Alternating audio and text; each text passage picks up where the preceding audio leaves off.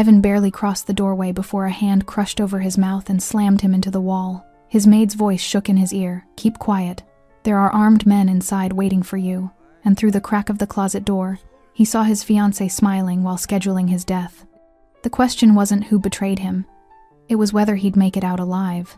If this story pulled you in, go ahead and subscribe so you never miss what's ahead. I've got another unforgettable story coming tomorrow. And while you're here, drop a comment and tell me where you're watching from. I love seeing people tuned in from all over the world. Okay, let's get back into it. Ivan Pontes stepped into his penthouse apartment because his fiancée promised him a surprise. His keys were still in his hand when someone rushed him from the side. A palm clamped over his mouth. His back hit the wall hard. "Don't move," his maid whispered, eyes wide with terror. "There are men inside this house waiting to kill you. Brenda Raymond. She shouldn't be this close, shouldn't be touching him." But her grip was iron, her body pressed against his to keep him pinned in the dim entryway. Ivan's instinct screamed to fight back, to push her off, to demand answers. But something in her face stopped him. Not fear for herself, fear for him. She was small compared to him, her maid's uniform still crisp despite the panic radiating from her frame. Dark hair pulled back tight. Hands that had served him coffee 1,000 mornings now forcing him into silence. Her other hand gestured frantically, "Stay down, stay quiet," as she glanced past him toward the living room. Ivan's pulse hammered in his throat. He'd walked into his own home countless times, knew every shadow, every creak, every angle of light. But now, frozen against the wall with Brenda's hand over his mouth, everything felt wrong. The air was too still, the silence too deliberate. She dragged him sideways into the coat closet near the entrance and pulled the door almost shut, leaving just enough space to see into the hallway. Her hand stayed firm over his lips. Her breath came fast and shallow against his ear. "I'm going to move my hand," she whispered, barely audible. "Don't say a word. Don't make a sound. Nod if you understand." Ivan nodded. Her palm lifted slowly, ready to clamp back down if he so much as inhaled wrong. But he stayed silent. Brenda positioned herself so they could both see through the narrow gap. Her body was tense, coiled, like she'd bolt at the first wrong move. Through the crack, Ivan could see into his own living room. Movement near the windows. A shadow shifted too tall, too unfamiliar. Then a man stepped into full view, tall, armed, checking his watch like he was early for an appointment. Ivan's stomach dropped. The man wore tactical black, a pistol holstered at his hip, another in his hand held low and ready. He moved like someone comfortable with violence, like someone who'd done this before. He turned his head, scanning the room with mechanical precision, then muttered something into a radio clipped to his shoulder. Footsteps echoed from deeper in the apartment, slow, unhurried, confident. Ivan heard Vanessa's voice first. She was on the phone, speaking low but clear enough to carry through the open floor plan. "He should be here any minute." "Yes," I confirmed. "He's coming straight home." A pause, then a soft laugh. "Relax. He won't suspect anything. He never does." Ivan's knees nearly buckled. Brenda's hand shot out, gripping his wrist to steady him. Her nails dug in, anchoring him to the moment, forcing him to stay upright. Her eyes locked onto his, filled with a clarity that cut through the fog of shock spreading through his chest. Vanessa appeared in the hallway, phone still pressed to her ear. She was wearing the dress he'd bought her last month, hair loose around her shoulders, smiling, relaxed. She looked like she was planning a dinner party, not an execution. "The guys are in position," she said into the phone. "Living room, bedroom, garage exit. He can't leave." Another pause. "No, Brenda's not a problem. She's just the maid. She won't interfere." Ivan's vision blurred at the edges. The dizziness, the headaches he'd been ignoring for weeks, the way Vanessa always insisted on making his coffee herself, on pouring his drinks, on serving him meals with that warm, loving smile. The strange questions about his schedule, his meetings, his security rotations. It wasn't love. It wasn't care. It was reconnaissance. He thought back to 3 days ago when he'd felt so weak he couldn't get out of bed. Vanessa had been so concerned, so attentive. She'd brought him soup, water, pills she said were vitamins. He'd taken them without question. Why would he question her? She was supposed to be the one person in his life who wanted nothing from him except him. Brenda's fingers dug deeper into his wrist. Her other hand rose slowly, finger pressed to her lips in warning. Another man walked past the closet, close enough that Ivan could hear the fabric of his jacket brush against the door frame, close enough to smell gun oil and cigarette smoke. The man stopped. Ivan held his breath. Brenda didn't move, didn't blink.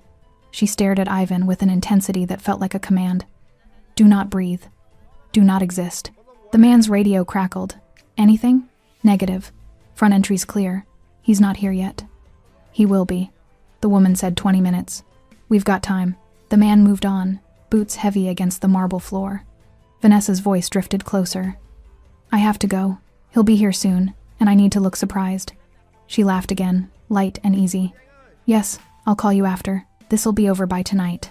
Over by tonight. Ivan's whole body went cold. Vanessa walked past the closet. So close Ivan could see the bracelet he'd given her for her birthday glinting on her wrist. She paused in front of the hallway mirror, checking her reflection, adjusting her lipstick, preparing to greet him, preparing to watch him die. She looked beautiful. She looked happy. Brenda leaned in, her lips almost touching Ivan's ear, and whispered the words that made everything real. If you walk out there now, you won't walk out at all. Ivan stared through the gap at his own apartment, the place he'd fortified, the place he'd trusted, the art on the walls he'd chosen, the furniture Vanessa had rearranged, the kitchen where she'd made him breakfast this morning, kissed him goodbye, told him she loved him. And just like that, Ivan Pontus understood. The most dangerous place in the world wasn't a rival's territory. It wasn't a back alley ambush or a boardroom betrayal. It was here, in his own home, with the woman he'd let inside every wall he'd ever built. And if not for Brenda Raymond, the maid he barely noticed, the one who cleaned his floors and restocked his towels without a word, he would already be dead. Ivan had never been a man who believed in love at first sight. He'd built an empire on suspicion. Every handshake was a potential betrayal. Every smile hid a knife. Every word spoken in his presence was weighed, measured, analyzed for hidden meaning. Trust was a luxury he couldn't afford, and sentiment was a weakness that got men like him killed. For 15 years, he'd lived that way, alone in a fortress of his own making. The penthouse had been designed with paranoia as its blueprint. Bulletproof windows, reinforced walls, biometric locks on every door, security cameras in every corner except his bedroom and bathroom, the only privacy he allowed himself. 3 escape routes, panic buttons hidden in 6 different locations, a gun safe in the closet, another under the bed, a third behind the false panel in the kitchen. He'd lived there for 8 years without ever feeling unsafe. Brenda Raymond had been his only constant. She'd come with references from families he trusted, worked quietly, never asked questions, never gossiped, never lingered where she wasn't needed. She kept his space clean, his refrigerator stocked, his dry cleaning organized. She was invisible in the way good help should be invisible. He paid her well. She did her job. That was the extent of their relationship, until Vanessa. Ivan had met her at a gallery opening he'd attended only because a business associate insisted. He'd been bored within 10 minutes, nursing a glass of whiskey, and planning his exit when she'd appeared beside him. You hate it too, she'd said, not as a question. He'd looked at her then, really looked. Blonde hair that caught the light, green eyes that seemed genuinely amused rather than predatory, a dress that was elegant without trying too hard. She wasn't performing, wasn't posturing, she was just there. The art or the people? He'd asked. Both. She gestured to a canvas covered in aggressive red slashes. That's supposed to be about rage and societal collapse. I think it's just bad. He'd laughed. Actually laughed. He couldn't remember the last time that had happened. They'd talked for an hour. She was smart, worked in art acquisitions, traveled frequently, knew wine and literature and history. But she didn't show off her knowledge like a weapon. She asked questions, listened to his answers, made him feel like what he said actually mattered. When he'd asked for her number, she'd hesitated just long enough to make it feel real. I don't usually date men who look like they could have me killed, she'd said, smiling. I don't usually date, he'd replied. She'd given him her number anyway. The first month was careful. Dinners at restaurants where he knew the owners, walks in public parks, phone calls that lasted hours but revealed nothing critical. Ivan had been cautious, running background checks, watching for inconsistencies, testing her reactions to questions designed to expose lies. She'd passed every test. By month 2, he'd started to relax. Vanessa never pushed, never asked about his work directly, never demanded to know where he was or who he was with. She had her own life, her own career, her own friends. She didn't cling, didn't manipulate, didn't play games. She just existed beside him. Easily. Naturally. In month 3, she'd met Brenda for the first time. Ivan had invited Vanessa to the penthouse for dinner, something he'd never done with anyone before. Brenda had been in the kitchen, preparing the meal he'd requested. Vanessa had walked in, extended her hand, and introduced herself like Brenda was a person worth knowing. "You keep this place beautiful," Vanessa had said, genuine warmth in her voice. "Ivan's lucky to have you." Brenda had smiled politely, shaken her hand, and returned to her work. But Ivan had noticed the way Brenda watched Vanessa that night, carefully, quietly, like she was taking notes. He should have paid attention to that. By month 4, Vanessa had started staying over. Not every night she had her own apartment, her own routines, but enough that her presence became familiar, comfortable. She'd leave clothes in his closet, books on his nightstand, her favorite coffee in his kitchen. She'd wake up beside him and make breakfast while he showered. She'd ask about his day and actually listen to his answers. She'd made him feel normal. Like maybe he wasn't just a collection of enemies and contingency plans. Like maybe he deserved something softer than survival. In month 5, she'd asked if she could move in. They'd been lying in bed, her head on his chest, his fingers running through her hair. "I hate going back to my place," she'd said quietly. "It doesn't feel like home anymore." "This does."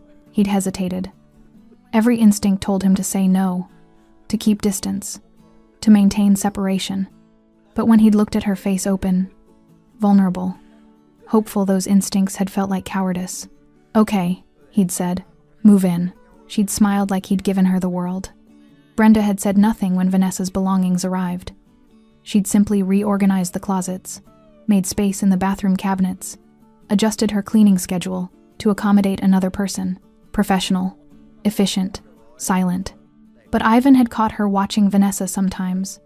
The way Brenda would pause in doorways when Vanessa was on the phone. The way she'd linger in the kitchen when Vanessa made Ivan's coffee. The way her eyes would track Vanessa's movements through the apartment like she was memorizing patterns. Ivan had dismissed it as territorial behavior. Brenda had been there first. Vanessa was new. Of course there would be adjustment. He'd been so stupid.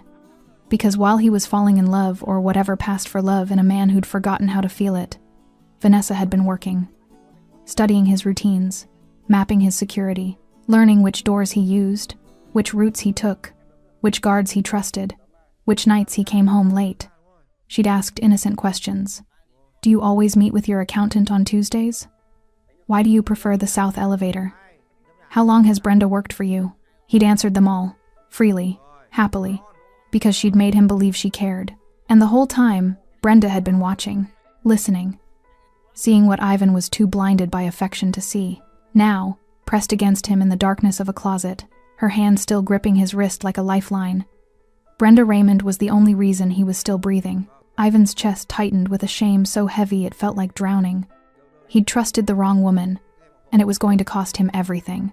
Brenda Raymond had learned to be invisible a long time ago. It was a skill she'd perfected over 20 years of domestic work in homes where people spoke freely because they forgot she had ears, where secrets spilled across dinner tables while she poured wine, where powerful men made dangerous deals on phone calls while she dusted shelves 3 feet away.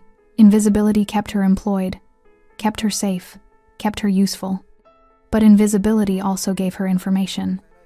And information, she'd learned, was the difference between survival and becoming collateral damage.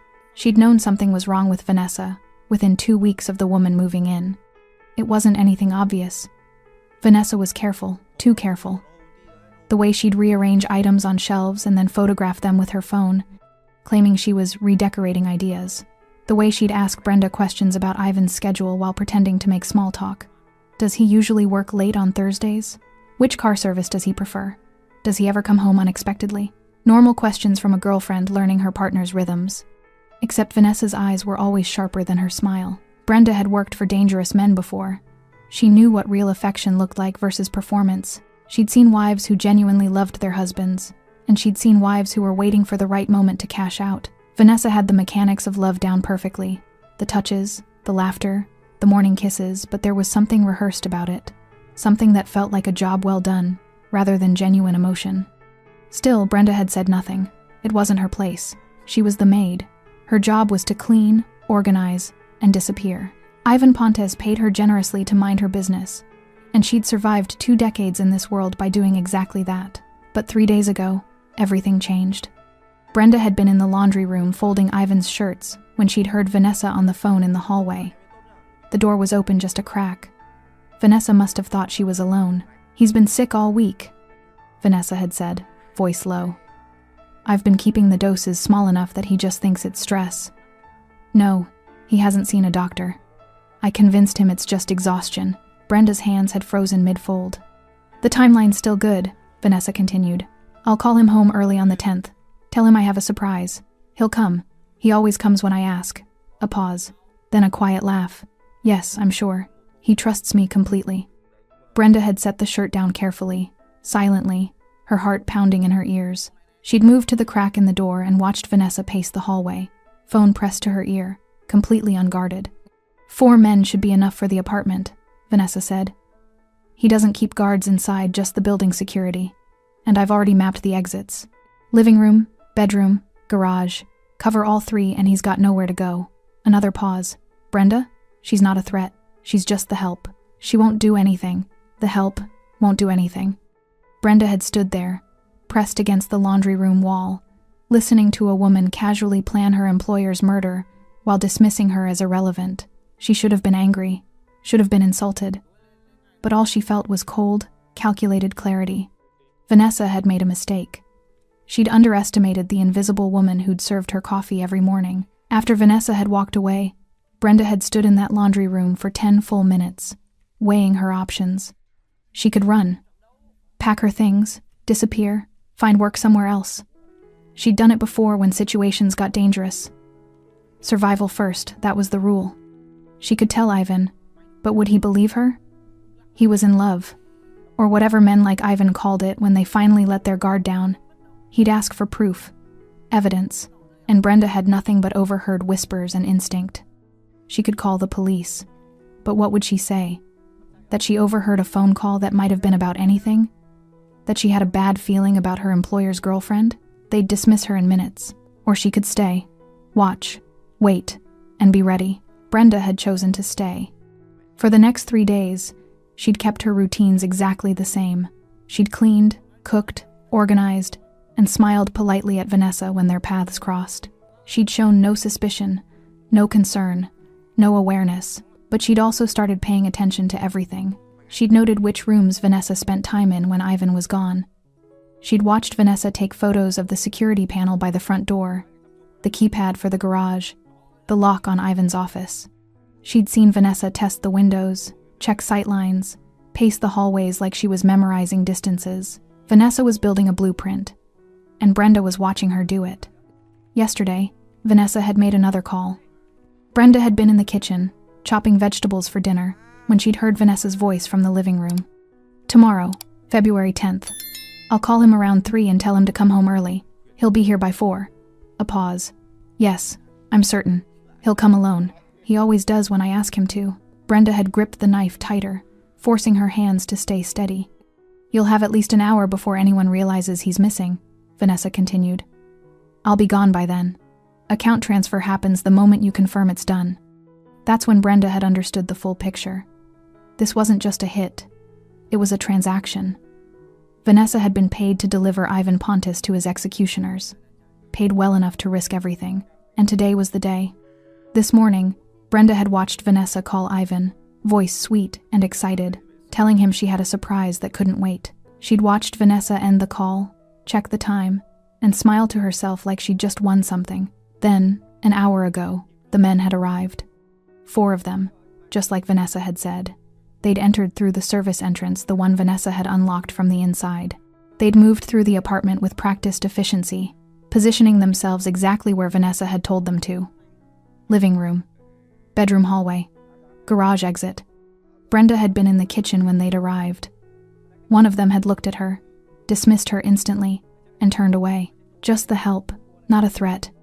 She'd stayed in the kitchen, hands shaking, mind racing. She could still leave, slip out through the service entrance while they were distracted, disappear before the violence started. But then she'd thought about Ivan Pontes. The The man who'd never been cruel to her, who'd paid her fairly, respected her space, trusted her with his home. The man who'd been so lonely for so long that he'd let a beautiful liar walk through every defense he'd ever built. He didn't deserve to die because he'd wanted to be loved. So when Brenda had heard the elevator chime when she'd realized Ivan was here, early, walking into an execution he didn't know was waiting, she'd made her choice. She'd run to the entryway, grabbed him, silenced him, saved him. And now, pressed against him in the darkness of a closet, her hand still covering his mouth, Brenda Raymond was no longer invisible. She was the only thing standing between Ivan Pontus and a bullet. They couldn't stay in the closet forever. Ivan's breathing had steadied, but Brenda could feel the rage building in him, tight, coiled, dangerous. His jaw was clenched so hard she could see the muscle jumping beneath his skin. His eyes tracked every shadow moving past the crack in the door with the focus of a predator forced into prey's position. She knew that look. She'd seen it in other men moments before they did something catastrophically stupid. Brenda leaned closer, her lips nearly touching his ear. "We need to move, now, while they think you're not here yet." Ivan's eyes snapped to hers. He nodded once, sharp and controlled. She slowly released her grip on his mouth, her hand hovering close in case he forgot himself and spoke. But he remained silent, watching her with an intensity that made it clear he was letting her lead. For now. Brenda pressed her eye to the crack again. The armed man in the living room had moved toward the windows, back turned. Vanessa had disappeared deeper into the apartment, probably to the bedroom to wait. The hallway was clear for the moment. "The service corridor," Brenda whispered. "Behind the kitchen. It leads to the back stairwell. They'll have it covered." Ivan breathed back.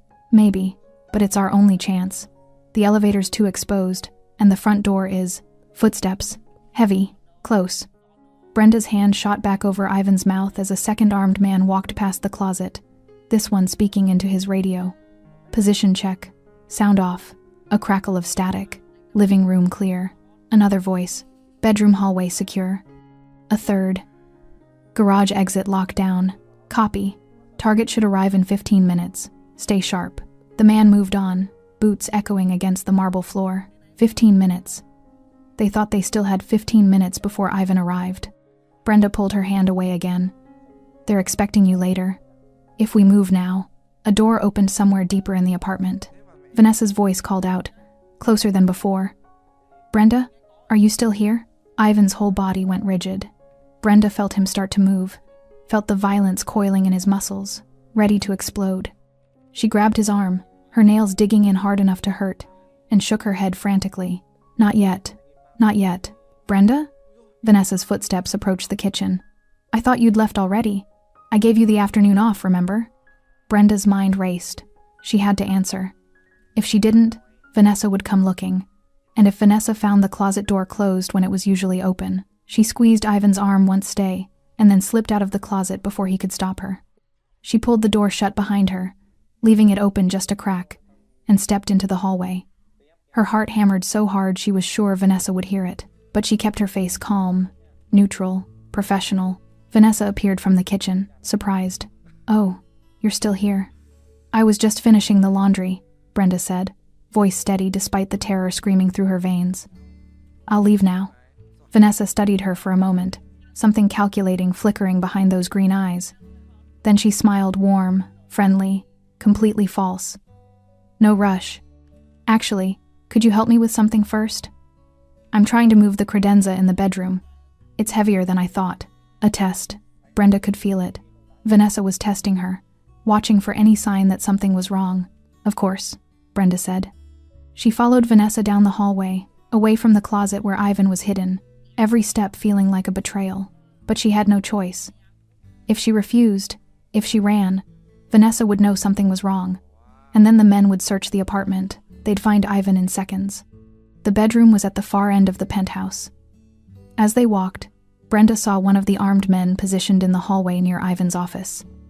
He nodded at Vanessa as they passed. Vanessa nodded back, casual and familiar. They were working together, completely synchronized. In the bedroom, Vanessa gestured to the heavy wooden credenza against the wall. "I want it moved to the other side, near the window." Brenda knew there was no credenza near the window in any of Vanessa's design photos. This was busy work, a way to keep Brenda occupied. a way to make sure she wasn't where she shouldn't be when Ivan arrived. "The window?" Brenda asked, playing along. "Better light," Vanessa said smoothly. She checked her phone, then slipped it into her pocket. "I want everything perfect for when Ivan gets home. He's had such a hard week." The casual cruelty of it, the way Vanessa spoke about him with affection while planning his murder, made Brenda's stomach turn. They moved the credenza together, Brenda's mind racing through scenarios. Ivan was still in the closet, alone, probably seconds away from doing something reckless. She needed to get back to him, needed to get them both out before. "You've worked for Ivan a long time, haven't you?" Vanessa asked suddenly. Brenda looked up. Vanessa was watching her with that same calculating expression, like she was solving a puzzle. 8 years, Brenda replied. "Do you like working for him? He's a good employer. He trusts you." It wasn't a question. Brenda kept her expression neutral. "I do my job." Vanessa smiled, but it didn't reach her eyes. "You're very loyal. I admire that." She tilted her head slightly. "You'd tell me if something was wrong, wouldn't you? If you saw something strange or concerning?" The room felt smaller suddenly, tighter. Brenda met Vanessa's gaze directly. What would be wrong? For a moment, they just stared at each other. Two women who'd served the same man in different ways, now standing on opposite sides of something deadly. Then Vanessa's phone buzzed. She pulled it out, glanced at the screen, and her smile widened. "He's on his way. He just texted. He'll be here in 5 minutes." Brenda's blood went cold. 5 minutes. But Ivan was already here, already inside. And in 5 minutes, when he didn't arrive, when Vanessa realized something was wrong. "You can go now," Vanessa said, her tone dismissive. "I want to surprise him alone." Brenda nodded, turned, and walked toward the bedroom door, her mind screaming. She had to get to Ivan, had to get him out, had to. A hand grabbed her arm. Brenda spun. Vanessa was standing closer than she should be, her grip firm, her smile gone. "Where were you when I called for you?" Vanessa asked quietly. "Really?" Brenda's heart stopped. "The laundry room," she said. "I told you. The laundry room is on the other side of the apartment. You came from the front hallway." Vanessa's eyes narrowed. "Why were you near the front door, Brenda?" The silence stretched between them like a blade, and somewhere in the distance, Brenda heard the closet door creak open. The gunshot shattered the silence before Brenda could answer. It came from the front of the apartment, a sharp crack that echoed through the penthouse like thunder. Vanessa's head whipped toward the sound, her grip loosening on Brenda's arm for just a second. That second was enough. Brenda yanked free and ran. She sprinted down the hallway toward the chaos, her mind screaming one thought. "Ivan, what did you do?" Behind her, Vanessa shouted. "He's here! He's already here!" Brenda rounded the corner into the living room and saw everything unfolding in terrible slow motion. Ivan had emerged from the closet, had obviously tried to reach the service corridor while Brenda was gone. But the man who'd been positioned in the living room had spotted him. Now they were locked in a violent struggle near the kitchen entrance. Ivan's hand wrapped around the man's wrist, forcing the gun toward the ceiling. The weapon discharged again, another deafening crack. Plaster rained down from the ceiling. "Move!" Ivan roared when he saw Brenda. The second armed man appeared from the bedroom hallway, weapon raised. Brenda didn't think. She grabbed a heavy crystal vase from the console table and hurled it. It struck the man's shoulder, not enough to stop him, but enough to make him stumble, his shot going wide. Ivan used the distraction. He twisted hard, slamming the first man against the wall with brutal force. The gun clattered to the floor. Ivan dove for it. "Garage!" Brenda screamed. "Go!" She didn't wait to see if he followed. She ran for the kitchen, hearing footsteps pounding behind her. Ivan's, she hoped, not the gunman's. The service door was ahead, the one that led to the back stairwell and down to the parking garage.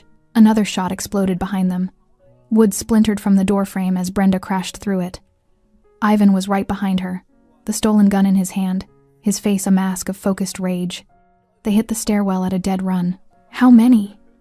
Ivan gasped as they descended. 4, maybe more by now. "Vanessa? She knows you're here." Ivan's jaw tightened, but he said nothing. They took the stairs 2 at a time, their footsteps echoing in the concrete chamber.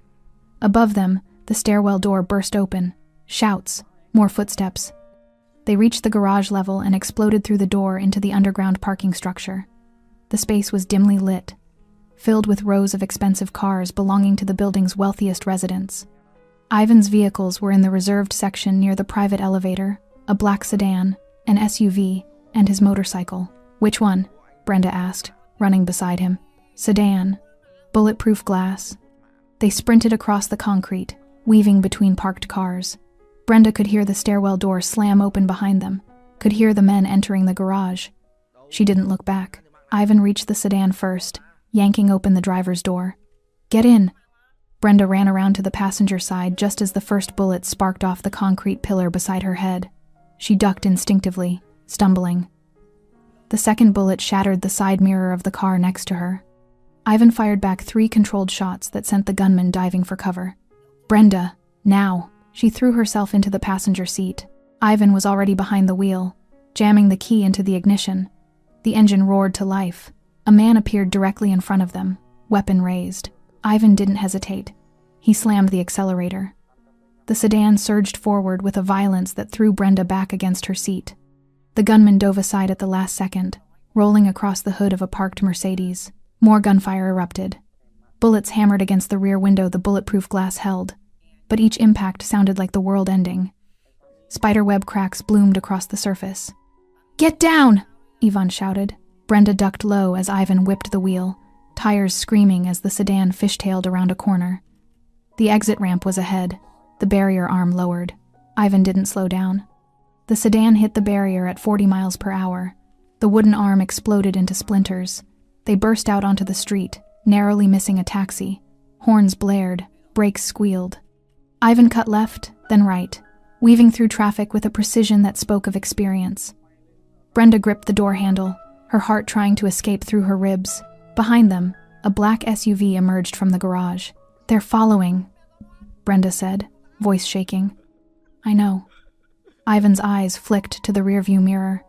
His hands were steady on the wheel, but she could see the tension in his shoulders, the way his knuckles were white from gripping too hard. He took another hard turn, accelerating down a side street. The SUV stayed close, aggressive and relentless. A gunshot, then another. The rear window cracked further, one more hit, and it would shatter completely, bulletproof or not. Ivan slammed the brakes and jerked the wheel. The sedan spun 180 degrees, tires smoking. For a moment, they were facing the oncoming SUV directly. Ivan raised the stolen gun and fired through his own windshield. The SUV swerved violently, its driver ducking. It clipped a parked car, metal shrieking against metal, and spun out of control. Ivan was already moving again, the sedan launching forward, accelerating past the wreckage before the SUV could recover. They raced through 3 more blocks before Ivan took a sharp right into an alley, then another left, then straight for 2 blocks, then right again. Brenda lost track of the turns. Finally, Ivan pulled into an underground parking garage beneath an office building, killed the engine, and sat perfectly still. Silence. Brenda realized she was shaking. Her hands, her legs, everything trembling like she'd been submerged in ice water. She could still hear the gunshots echoing in her ears, could still feel the impact of bullets against the car. Are you hurt? Ivan asked quietly. She shook her head, not trusting her voice. Ivan stared straight ahead through the shattered windshield, his jaw tight, his breathing controlled. You saved my life. You saved mine, Brenda replied. In the garage. That shot. We're not safe yet. Ivan pulled out his phone, checking something. This location isn't secure. We need to move again. I have a safe house 20 minutes from here. No one knows about it. Not even. He didn't finish the sentence. Didn't need to. Not even Vanessa. Brenda watched him, this man who'd been so confident, so untouchable just hours ago. Now he looked hollowed out, betrayed. Dangerous in a way that had nothing to do with violence and everything to do with broken trust. Ivan, she said carefully. What are you going to do? He turned to look at her then, and his eyes were cold as winter. I'm going to find out exactly who wants me dead. And then I'm going to make sure they regret it. The safe house was nothing like the penthouse. It sat in a quiet residential neighborhood 40 minutes outside the city, a modest 2-story home with faded blue siding and an overgrown front yard that made it blend seamlessly with the surrounding houses. No security cameras visible, no reinforced anything. Just an ordinary house on an ordinary street where no one would think to look for a man like Ivan Pontes, which was exactly the point. Ivan parked the damaged sedan in the detached garage, closing the door behind them before either of them stepped out. The silence inside felt suffocating after the chaos of the last hour. Brenda's legs nearly gave out when she stood. The adrenaline was wearing off, leaving behind exhaustion so profound it felt like gravity had doubled. She steadied herself against the car, taking slow breaths. Ivan noticed. "Inside. You need to sit down." He led her through the garage door into a small kitchen that looked like it hadn't been used in months. Everything was clean but sparse. A table with 2 chairs, basic appliances, cabinets that probably held canned goods, and little else. Brenda sank into one of the chairs, her hands still trembling slightly. Ivan moved to the sink, filled 2 glasses with water, and set one in front of her. "Drink," he said. She did, the cold water grounding her. Ivan drank his standing, staring out the small window above the sink at the backyard. From here, he looked smaller somehow, less like the untouchable Mafia boss, and more like a man trying to process the fact that the woman he'd loved had sold him to executioners. The silence stretched between them for a long moment.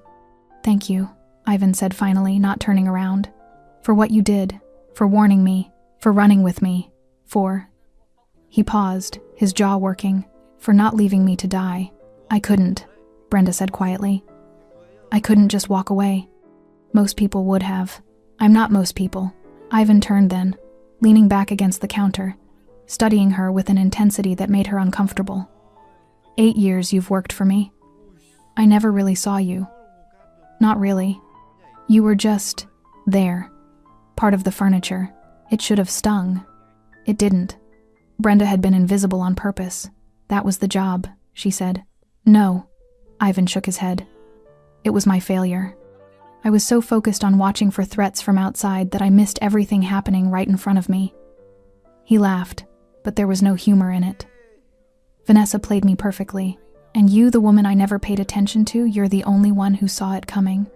Brenda set down her glass. "I didn't know for certain. Not until 3 days ago." "What happened 3 days ago?" She told him. Everything. The overheard phone call, the mentions of doses and timelines, Vanessa mapping the apartment, the men arriving this morning. Every detail she'd collected while staying invisible, staying silent, waiting for the moment when silence would cost him his life. Ivan listened without interrupting, his expression growing darker with each revelation. When she finished, he was gripping the counter so hard his knuckles had gone white. "She was poisoning me," he said, voice hollow. "The headaches, the dizziness, the weakness." He pressed a hand to his temple. "I thought I was just tired, stressed. She told me I was working too hard."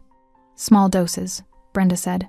"Enough to weaken you, make you vulnerable, so when the time came, I'd be too sick to fight back." Ivan's laugh was bitter. Efficient, I'll give her that. He pushed off from the counter and began pacing the small kitchen like a caged animal. 5 months.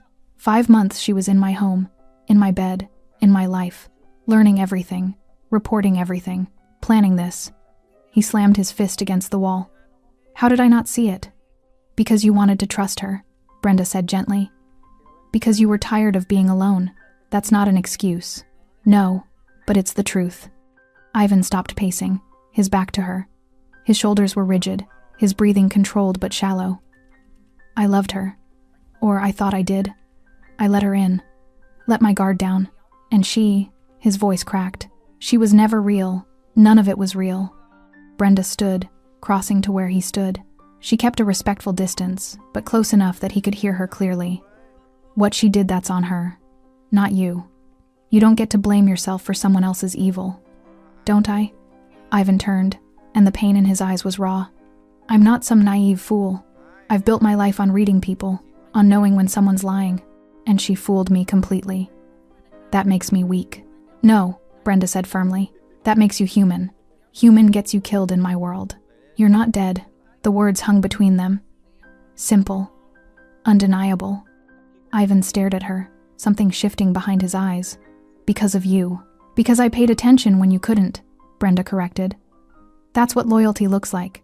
It's not weakness. It's survival."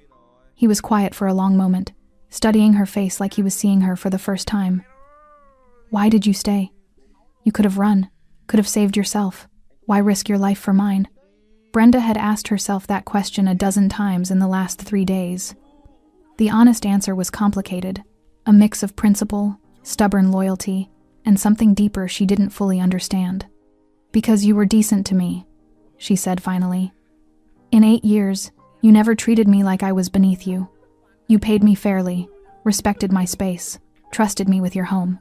She paused. "And because no one deserves to be murdered by someone they love." Ivan's expression softened, the anger and pain giving way to something that looked like gratitude.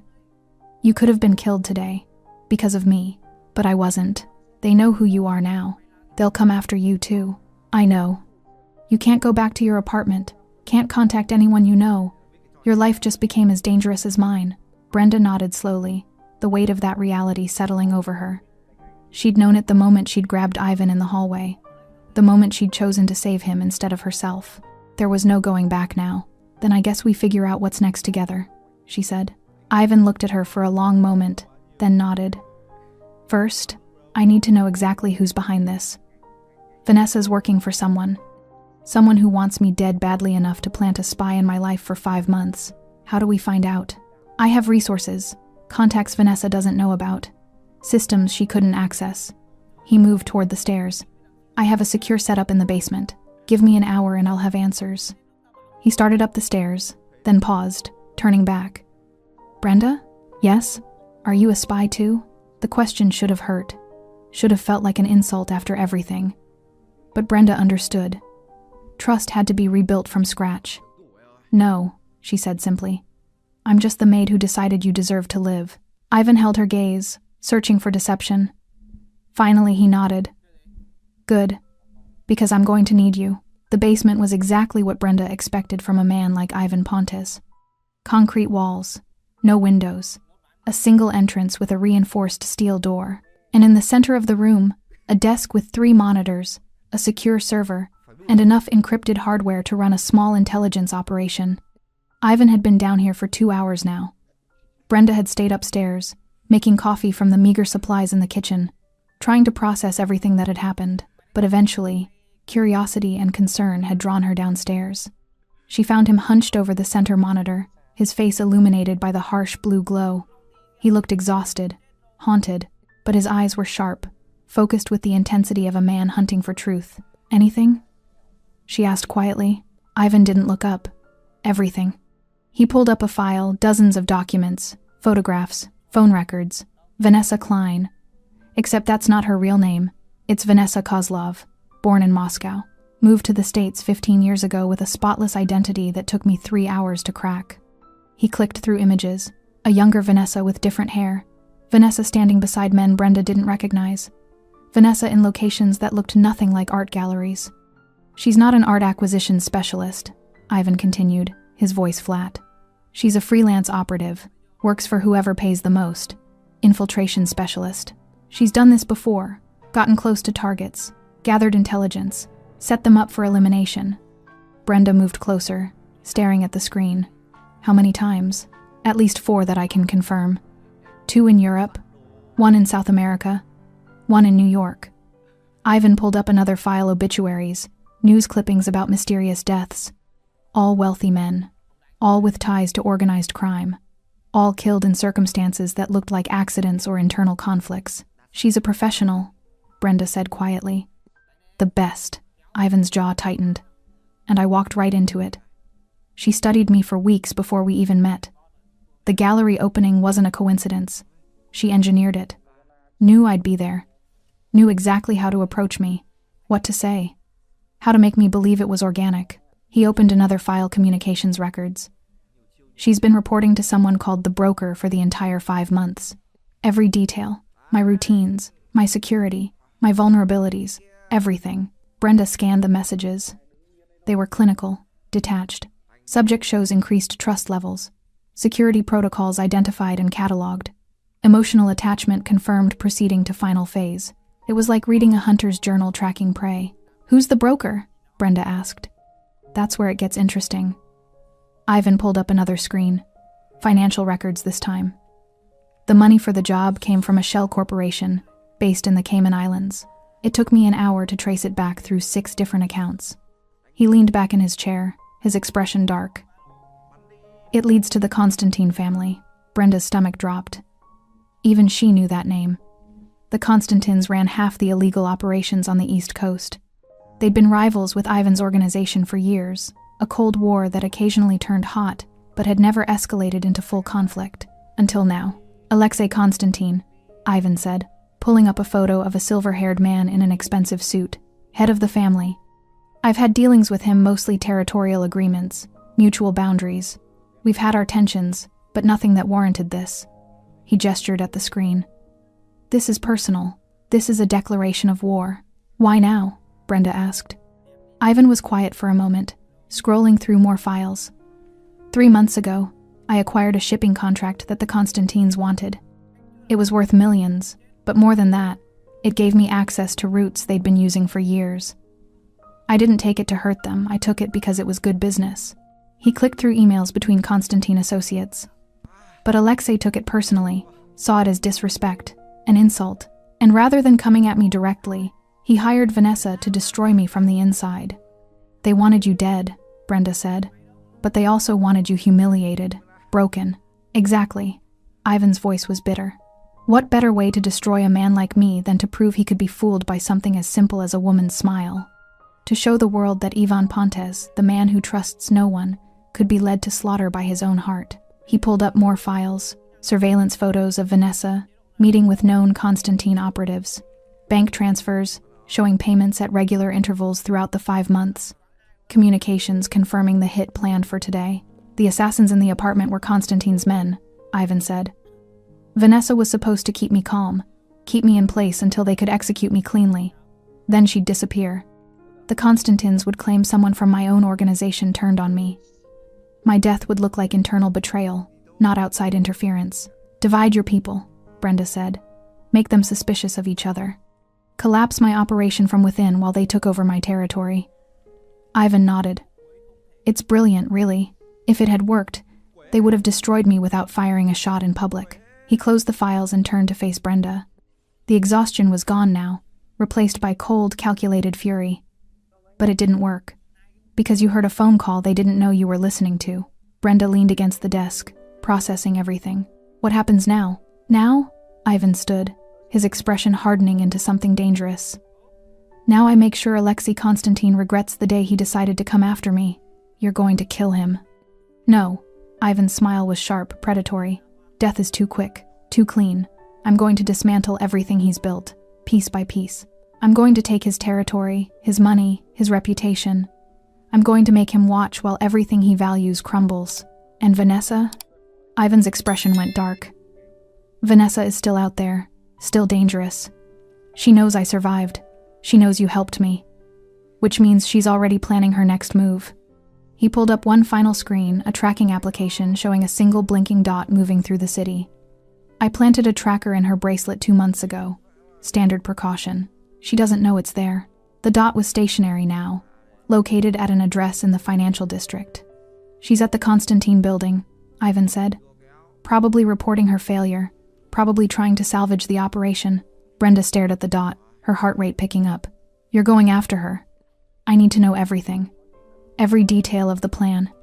Every person involved. Every contingency they prepared. Ivan's voice was ice. And Vanessa is going to tell me, whether she wants to or not. She'll be protected. Konstantin won't leave her exposed. I know. Ivan moved toward a locked cabinet in the corner, pulling out a key, which is why I'm not going in alone. He opened the cabinet, revealing weapons, handguns, rifles, tactical gear, everything needed for a small war. I have people I can call, he continued. People Vanessa doesn't know about.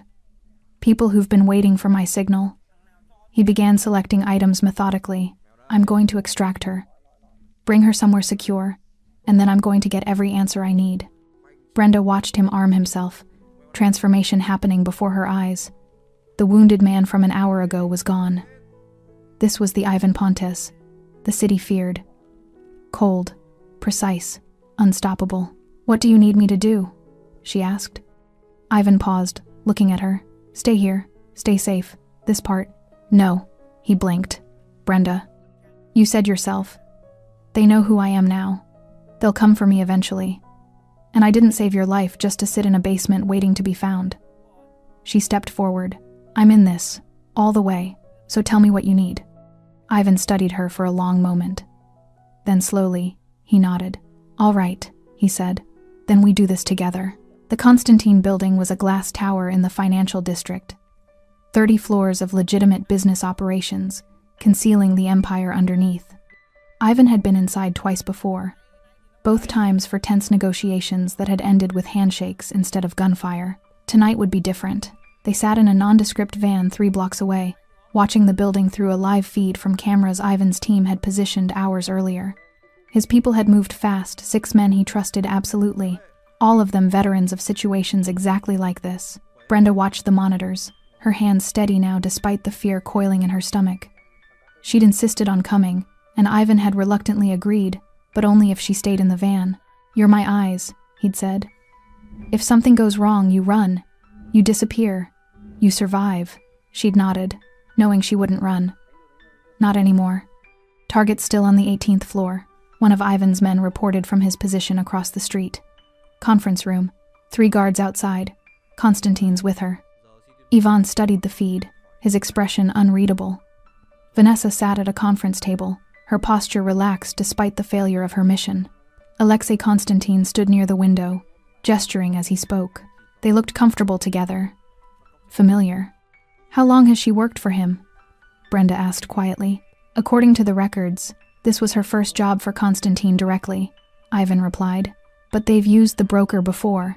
It's possible they've crossed paths." On screen, Vanessa laughed at something Constantine said. The sound made Ivan's jaw tighten. "She's not afraid," Brenda observed. "She should be." Ivan clicked his radio. "All teams, status check. Team 1, in position. Team 2, ready. Team 3, set." Ivan's plan was precise. Create a diversion on the ground floor, draw security down, extract Vanessa during the chaos. Clean, efficient, minimal casualties. He wasn't here to start a war, just to take back what belonged to him. "Execute in 30 seconds, Ivan ordered. Brenda watched the timer count down. Her heart hammered against her ribs. This was insane.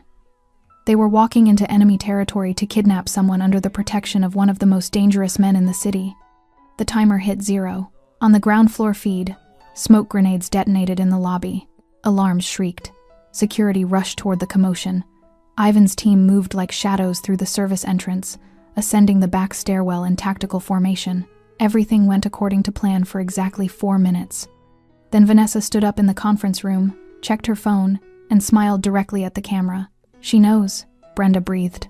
Ivan's eyes narrowed. "That's impossible. Those cameras are—" "She knows," Brenda repeated, watching as Vanessa said something to Constantine.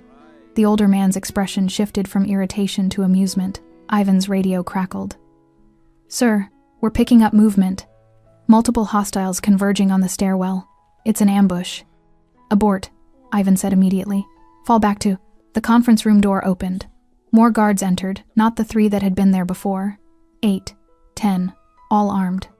Vanessa walked to the window, looking out at the city with the casual confidence of someone holding all the cards. She pulled out her phone, typed something, and set it on the table. Brenda's phone buzzed. She looked down, her blood running cold. A text from an unknown number. "Did you really think I wouldn't be ready for this, Ivan? She's been tracking us," Brenda said. "This whole time she's been waiting for me to come for her," Ivan finished, his voice tight with controlled rage. This wasn't extraction. This was bait. Another text appeared. "Come upstairs. 18th floor. Alone. Or I'll send my people to the safe house. The blue one with the overgrown yard. Should I describe the kitchen too?" Ivan's face went white. She knew about the safe house, the one location he'd thought was completely secure. "She's bluffing," one of his men said over the radio. "No," Ivan replied quietly. "She's not." Brenda grabbed his arm. "You can't go up there. It's suicide. If I don't, she'll send people to the house. She'll kill everyone in this van. She'll—" He stopped, looking at Brenda with an expression that was part anger, part something that looked dangerously like despair. "She's thought of everything. Again." Another text. 5 minutes, Ivan. After that, people start dying, starting with Brenda. The van went silent. Ivan stared at the phone, his hands trembling slightly the first time Brenda had seen him lose control. "She's going to kill me the moment I walk in that room. Then don't go. If I don't." "Then we all run," Brenda interrupted.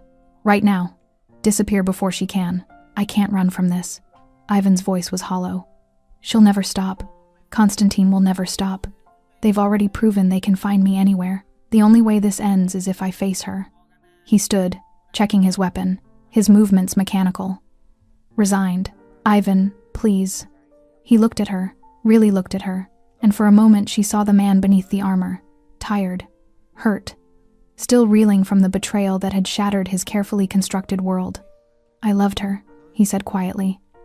Even knowing what she is, what she's done, part of me still. He didn't finish. That's what she's counting on, Brenda said. She wants you emotional, compromised. That's her weapon. I know. Then don't give it to her. Ivan was quiet for a long moment. Then he pulled out his phone and typed a response. Coming up, alone. You touch anyone in this van, and Constantine loses his shipment routes tonight. I've got dead man switches on every account. You know I'm not bluffing. He hit send, then looked at his team. If I'm not back in 20 minutes, activate Protocol 7. Scatter and regroup at the secondary location.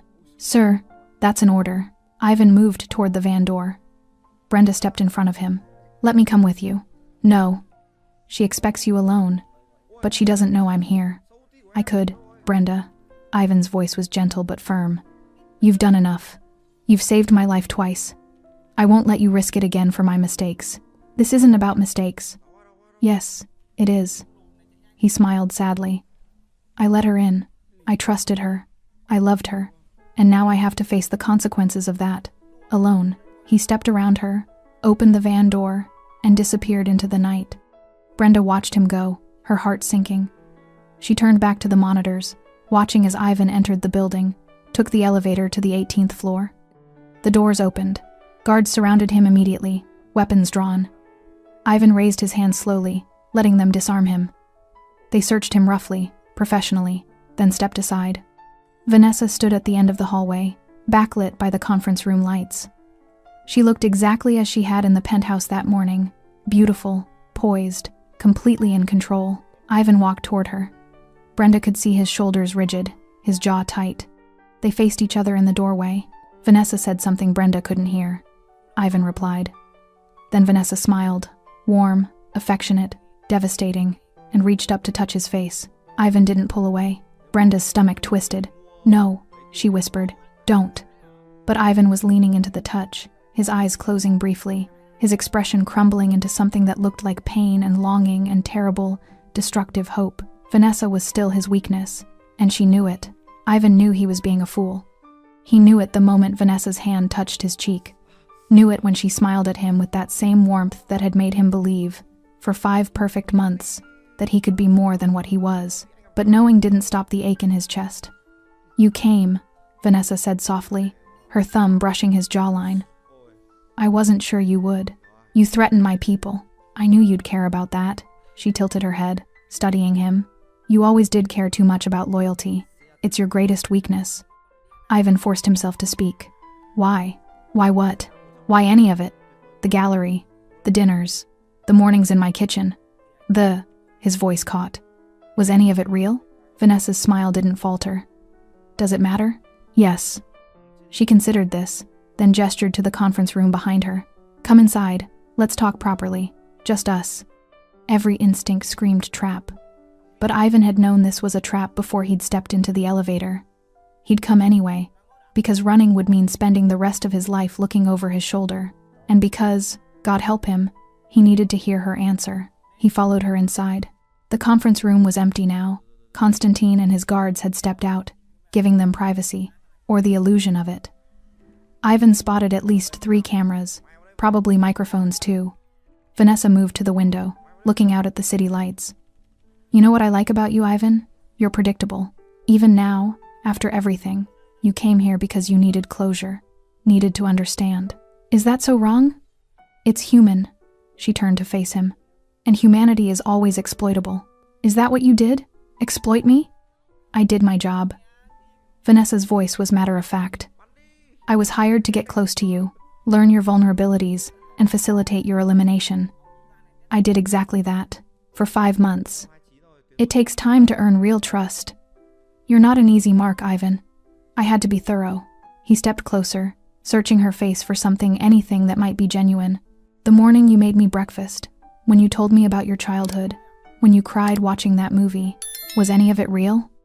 Vanessa was quiet for a moment. Then she smiled again, and this time there was something almost sad in it. The best lies are wrapped in truth.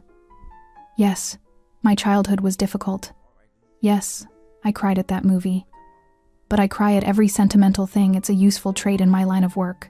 And the rest? What do you want me to say, Ivan? That I fell in love with you? That somewhere between the surveillance reports and the poisoned coffee, I developed real feelings? She laughed softly. Would that make you feel better? I want the truth. The truth is complicated. Vanessa moved closer, her voice dropping to something intimate. You were good to me. Kind, even. There were moments when I almost regretted taking this job. Moments when I wondered what it would be like if we'd met differently. If I were someone else. Ivan's heart clenched. But I'm not someone else. I'm exactly who I am. And this, she gestured between them, was never going to end any other way. She was right. He'd known it before coming here. But hearing her say it still felt like a knife twisting in his chest. Constantine paid well, Vanessa continued. And the job gave me access to circles I've been trying to infiltrate for years. You were a means to an end. A very lucrative end. So that's it. Money. Money, reputation, future opportunities. She shrugged elegantly. I'm a professional, Ivan. I don't do this for passion. I do it because I'm very, very good at it. Ivan stared at her, this woman he'd held, trusted, loved. She looked exactly the same as she had that first night at the gallery. Beautiful, charming, utterly unrepentant. What happens now? He asked quietly. Now? Vanessa tilted her head. Now you make a choice. You can try to kill me, which will result in Constantine's guards killing you. You can try to leave, which will result in the same outcome. Or you accept the situation. Walk away.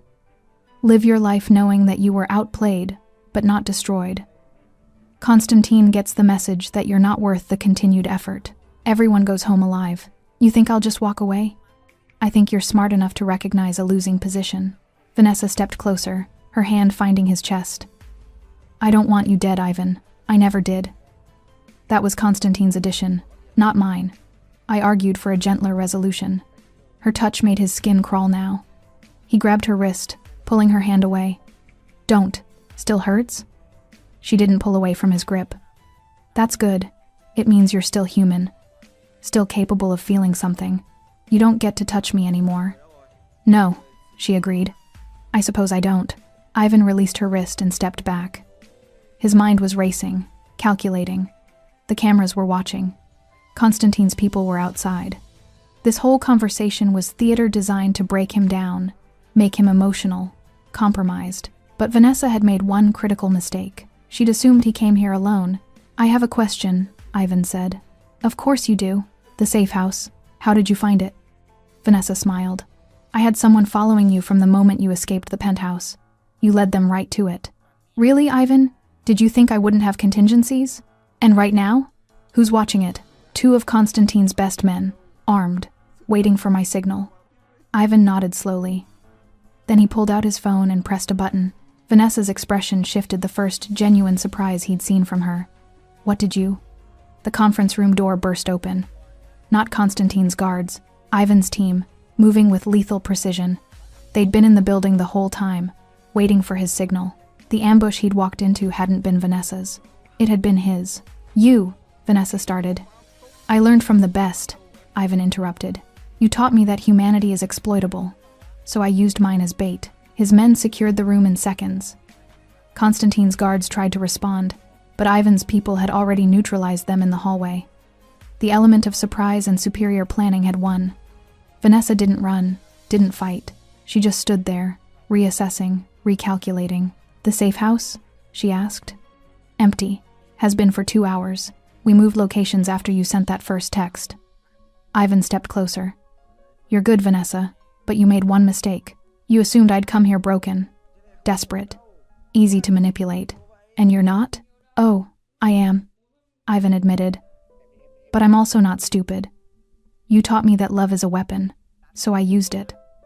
I let you think you still had power over me. Let you think I was here for closure. What are you here for?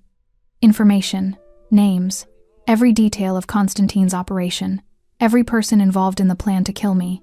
His voice went cold. And you're going to give it to me. Vanessa's smile returned. sharp and dangerous. Or what? You'll torture me? Kill me? You're not that man, Ivan. No, he agreed. But I know people who are. And unlike you, I don't enjoy cruelty. I just recognize when it's necessary. For the first time, real fear flickered across Vanessa's face. Ivan gestured to his men. Take her. Secure location. Make sure she's comfortable. He paused. For now. As they led her toward the door, Vanessa looked back at him. You're making a mistake. Constantine will. Constantine is about to have much bigger problems than me, Ivan interrupted. See, while you were planning my death, I was planning his dismantling. Every account, every route, every ally. By morning he'll have nothing. Vanessa stared at him, finally understanding. You played me. I learned from the best, Ivan repeated. She laughed, then genuine, almost admiring. Maybe I did care about you, just a little. I'll never know if that's true, Ivan said quietly. And that's your punishment. Living with the knowledge that you could have had something real, but you chose this instead. They took her away. Ivan stood alone in the conference room, his hands shaking now that the performance was over. He'd won, but victory felt hollow. His phone buzzed. A text from Brenda. Are you all right? He looked at those 3 words for a long moment. Then he typed back. Yes. Coming down. It wasn't entirely true. But it was close enough. The sunrise found Ivan standing on the roof of a different safe house, this one in the industrial district, surrounded by warehouses and forgotten buildings where no one looked twice at strangers. He hadn't slept, couldn't sleep. Every time he closed his eyes, he saw Vanessa's smile, heard her voice, felt her hand on his face. The door behind him opened. Brenda stepped out, carrying 2 cups of coffee. You should rest, she said, handing him one. Can't. Won't, you mean? Ivan took the coffee, appreciating its warmth. Is it done? Your people finished the transfers an hour ago. Constantine's accounts are empty. His routes are compromised. His allies are abandoning ship. Brenda leaned against the railing beside him. By noon, he'll be bankrupt and alone. Good. And Vanessa? Secure. My interrogators will start in an hour. She'll tell us everything eventually. Ivan's voice was flat, emotionless. Then we'll decide what to do with her. Brenda studied his profile. You could let her go. No, she can't hurt you anymore. You've won. She tried to kill me, Brenda. Poisoned me. Set me up for execution. Let her go and she'll do it to someone else. I know. But I also know what keeping her will do to you. Ivan was quiet for a long moment. Then he said, I almost gave her another chance. When she touched my face in that conference room, I almost... He stopped, swallowing hard. Part of me wanted to believe her, wanted to think that maybe, somewhere in all the lies, there was something real. That's not weakness. That's humanity. Humanity almost got me killed. No, Brenda corrected. Trust in the wrong person almost got you killed. There's a difference. Ivan turned to look at her. This woman who'd saved his life twice now, who'd risked everything despite having no obligation to do so. Why did you really stay? The truth this time. Brenda was quiet, considering. Because 8 years ago, I took a job working for a dangerous man. And every day, I waited for him to show his true nature. To be cruel, or violent, or treat me like I was disposable. And you never did. You were isolated, yes. Paranoid, absolutely. But you were never cruel. You treated me like a person. Paid me what I was worth. Respected my boundaries. She smiled slightly. So when I realized someone was trying to kill you, I couldn't just walk away. Because despite everything you are, you didn't deserve to die for wanting to be loved. Ivan felt something crack open in his chest. Something that had been locked down tight for so long he'd forgotten it was there. I never even asked about your life, he said. Your family, your dreams. 8 years and I knew nothing about you. That was the job. I was supposed to be invisible. No one should have to be invisible. Brenda met his eyes. I chose it, just like you chose your walls. We both built prisons for different reasons. They stood in silence, watching the sun climb higher over the city. Below them, the world was waking up, people heading to work, living ordinary lives, unaware of the violence and betrayal that had played out in the shadows. What happens now? Brenda asked. After Constantine is finished, after Vanessa talks, after everything is handled? Ivan considered this. I rebuild. Smarter this time, more carefully. And the walls? Higher than ever. That's not living, Ivan. That's just surviving. Surviving kept me alive. And look how lonely it made you. Brenda's voice was gentle but firm. Lonely enough that when someone showed you kindness, you ignored every instinct you had just to feel it for a while longer. She was right. He knew she was right. I don't know how to do it differently, he admitted. Neither do I. But maybe that's something we figure out together. Ivan looked at her, surprised. Together? You said it yourself, they know who I am now. I can't go back to my old life. Can't just find another job cleaning houses for dangerous men. She smiled wryly. Like it or not, we're bound together now. Survivors of the same disaster. I'm not good company. Neither am I. We'll manage. Something that might have been a smile touched Ivan's lips. You saved my life, Brenda. Twice. I owe you more than I can ever repay. Then stop trying to repay me and just let me stay. Let me be the person who tells you when you're being stupid. Who pays attention when you can't. Who reminds you that trust doesn't have to mean destruction. Ivan was quiet for a long moment. Then he extended his hand. Partners? Brenda shook it. Partners. Below them, the city continued its endless motion. Somewhere in a secure location, Vanessa sat in a room, knowing her carefully laid plans had unraveled. Somewhere across town, Constantine was discovering the true cost of underestimating his enemies. But up here, on this roof, two people who'd lived in shadows were choosing something different. Not love, not yet, maybe not ever, but something equally valuable. Trust earned through fire, loyalty proven through action, and the quiet understanding that survival means nothing if you're always alone. Ivan Pontes had built an empire on suspicion and isolation. It had protected him for years, but it had also nearly killed him, because he'd forgotten the most important lesson of all. The most dangerous threats don't always announce themselves. Sometimes they walk through your front door with a smile and a promise. And sometimes salvation comes from the people you never really saw, the ones who were there all along, invisible and watching, waiting for the moment when staying silent would cost more than speaking up. Brenda Raymond had been invisible for 8 years. She'd chosen to be seen when it mattered most, and in doing so, she'd saved more than Ivan's life. She'd reminded him that strength isn't just about walls and weapons, and never trusting anyone.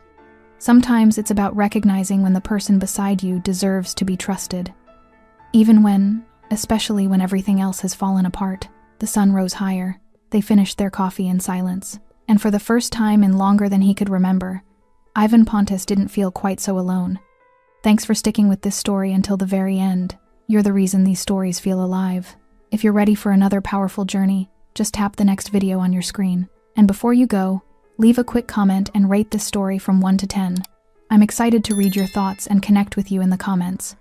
Все равно, сути дела не меняет, зарплата плюс-минус везде там, больше, чуть меньше. И, наверное, это все, вот эта общая ситуация, наверное, у многих привела, во-первых, сфера развлечений, да, всякие там кредиты и так далее, настолько загоняют каждого в задницу человека. И об этом на самом деле никто так-то не говорит. Какое количество сейчас, допустим, даже в те же сложные времена такие, когда вот сейчас идет там специальная военная операция, да, где люди вообще умирают, в принципе, за какую-то сумму денег. То есть какая мотивация, то есть у мужика идти типа на войну, воевать и заработать денег? Потому что он вот в обычной жизни не понимает, типа, как реализовать себя. Он понимает, что он может пойти работать на какую-то работу, где зарплаты его все равно не будет хватать. Тут тоже двойственная сторона. Хорошо, когда она есть, плохо, когда ее нету. Да, вот это маленькая даже зарплаты. Но морально-то ты все равно подавлен. Ты понимаешь, да, я там пойду туда, но смысла мне этого не принесет большого. Да, у меня там станет, если я вообще не работаю и буду работать за 50 тысяч, хорошо, что они у меня есть, я смогу там покушать себе купить, но это же дизмораль. Когда ты заходишь в интернет и видишь, как люди там в Дубае летают, покупают себе огромное количество автомобилей какие-то, много всего такого, что ты за эту зарплату себе никогда в жизни позволить не сможешь. И как человеку оставаться морально типа сильным? Что ему нужно делать? Ну, наверное, во-первых, это, наверное, все от семьи исходит, да? То есть, какая семья у тебя, как она построена. Если ты один живешь, это сложно, да, ты будешь сам себя, но у тебя, опять-таки, возможно, ну, родители, если есть, которые друзья поддержат тебя в какой-то момент, хотя бы просто отвлекут тебя от этих мыслей. А если у тебя, к примеру, там, семья, жена, к примеру, да, есть дети, то тут, наверное, поддержка только от них исходит какая-то. Вот. Чтобы не упиваться в своих мыслях о том, что какая нынче сложная жизнь. И, наверное, других-то вариантов, в принципе-то, и нету. Какие вот еще варианты, в принципе, изменить, поменять свою жизнь настолько, чтобы она была, ну, казалась тебе удачной, да, реализованным себя в жизни, в чем-то. В чем, вот как проявляется на самом деле у нас реализованность? Наверное, у 90% случаев это финансовое благополучие, финансовая независимость. Это, наверное, одно из таких ключевых моментов, когда человек, наверное, считает себя реализованным, да, в этой жизни. То есть, как добиться этого? То есть, с учетом того, что даже возьмем нашу страну, да, сколько миллионов людей здесь живет, как каждому добиться этого результата? Непонятно. И с каждым годом просто ситуация становится все хуже и хуже. Все дорожает, люди зарабатывают либо столько же. Ну, даже если они зарабатывают столько же, на самом деле этого все уже недостаточно. К чему это все приведет на самом деле? В оконцове, наверное, мир погрязнет в большую депрессию в какую-то. Какие-то войны, возможно, или еще что-то еще больше глобальных таких вещей, которые не приведут ни к чему хорошему на самом деле. Поддержка каждого человека именно для того, чтобы он держался, наверное, морально, заключается в том, что, ну, наверное, дом, в который ты приходишь, должен быть крепостью твоей. Да? Что это единственное должно быть место, где ты будешь чувствовать себя под защитой. Для этого было придумано, наверное, своя пещера изначально, потом свои какие-то чумы, палатки различные, да, потом все это превратилось. На данный момент это у нас дома, квартиры, в которые мы приходим и должны ощущать себя в безопасности. Чтобы можно быть немного морально расслабленным с учетом того, что ты выходишь каждый день на работу, на улицу, и все равно давление вот это вот, оно все равно присутствует. Когда ты заходишь в магазин, видишь цены эти, да, и так далее, не можешь себе что-то там приобрести, позволить на ежедневной основе, это откладывает большой, наверное, отпечаток. Не, наверное, а точно. И поэтому, когда возвращаясь домой, ты чувствуешь, вот хотя бы есть типа уголок того места, куда ты можешь прийти.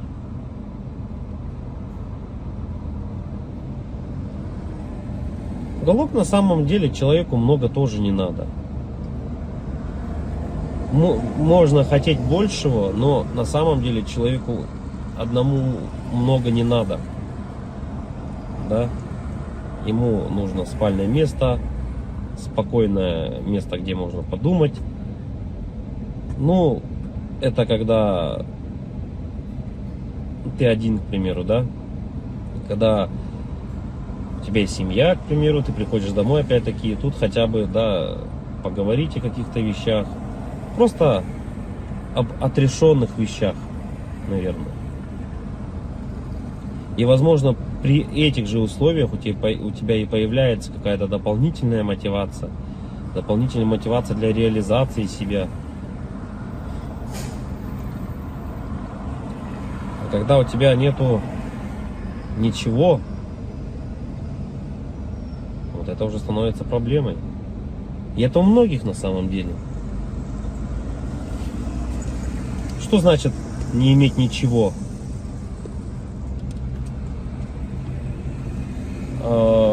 Тут, наверное,